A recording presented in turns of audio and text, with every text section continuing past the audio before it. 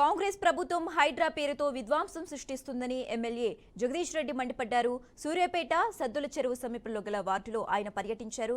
గత 4 రోజులుగా కూల్చివేతల కలకలంతో నిద్రలేని రాత్రులు గడుపుతున్న కుటుంబాలకు ధైర్యం చెప్పారు. పేద ప్రజలపై ప్రభుత్వ దమనకాండ సాగనివ్వమని ఘాటు వ్యాఖ్యలు చేశారు.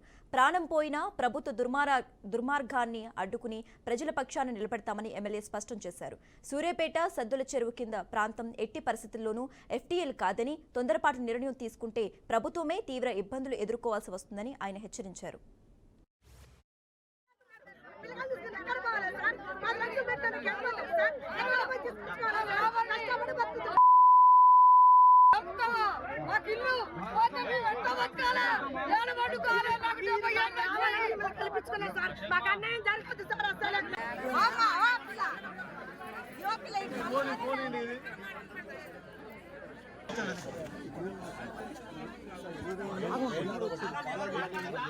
ఈ 10 నెలల కాలంలో కాంగ్రెస్ ప్రభుత్వం వచ్చిన తర్వాత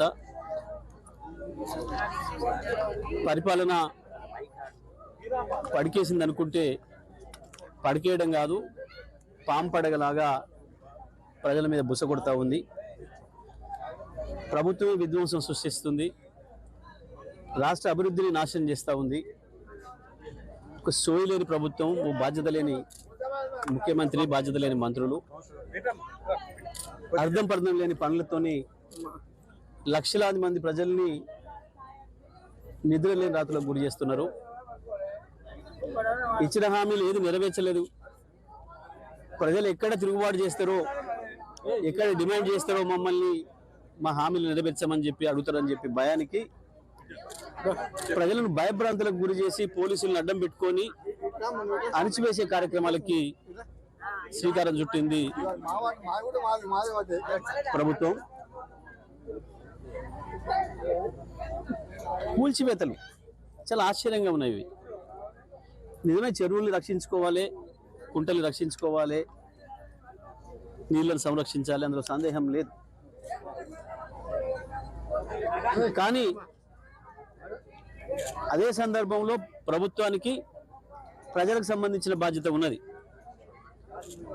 ఈ 70 సంవత్సరాల కాలంలో ఎక్కడ కూడా చెరువులు, నీటి కుంటలు, నాలాల బఫర్ జోన్లు నిర్ణయించి బోర్డులు పెట్టాలి. పైగా తెలంగాణలో ఒక ప్రత్యేకత ఉంది.